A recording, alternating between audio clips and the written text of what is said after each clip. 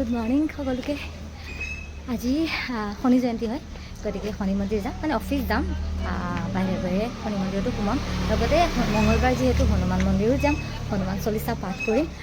শনি জয়ন্তী হয় আজি, বিশেষ দিন হয় একচুৱেলি, আৰু মই এনেও শনি মন্দিৰ যাওঁ, মানে মোৰ ইষ্ট দেৱতা শনি একচুৱেলি। গতিকে আজি আহঁত গছৰ তলত মিঠাতেলৰ চাকি জ্বলাই তাত কেইটামান তিল দিলে, আৰু লগতে দুডাল গজাল দিলে। কি হয়, আৰু লগতে আজি দুখীয়া মানুহকো অলপ দান দক্ষিণা কৰিব লাগে। মই কলা মাটিমাহৰ দালি কৰিম বুলি ভাবিছোঁ। কৰিলে ভাল, ফাইনেন্সিয়েল ইমবেলেঞ্চ কিছুমান ঠিক ঠাক হয়, মানে দূৰ হয়। আৰু মোৰ এইটো বস্তু বহুত আছে প্ৰব্লেম, পইচা আহে বাট ক'ত যায় মই গম নাপাওঁ। গতিকে গৈ আছোঁ বিশ্বাস ৰাখি মেলি, আপোনালোককো দেখুৱাই আছোঁ। শনি মন্দিৰ পালোহি, আৰু এয়া আজি কলা কাপোৰৰ দুটা গজালো অফাৰ কৰিছোঁ পূজাৰ থালখনত।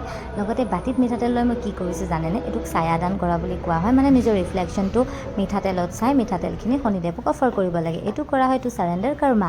আৰু এইফালে মই মাটিমাহৰ দাইলো লৈ লৈছোঁ ডনেট কৰিবলৈ, আৰু এইফালে চামেলি তেলো লৈছোঁ। এইটো আমাৰ হনুমানজীৰ ফেভৰেট হয়, সিন্দুৰ আৰু মানে চামেলিৰ তেলটো ফেভৰেট হয় হনুমানজীৰ, চ' এইটোতো অফাৰ কৰিবই লাগিব। আজি বহুত বেছি ভিৰ আছিল, গৰমত 1 ঘণ্টা থিয় হয় লাইন পাতি মেলি 1 ঘণ্টা পিছত পালোহি পূজা কৰিবলৈ। আজিৰ দিনটো বিৰাটেই শুভ হয়। আজি 7 বাৰ হনুমান চলিচা পাঠ কৰি মেনিফেষ্ট কৰিলে যিকোনো মেনিফেষ্টেশ্যনছ ফুলফিল হয় বুলি ময়ো শুনিছোঁ। বহুত দিলোঁ আজি জ্ঞান। চলো বাই, জয় হনুমান।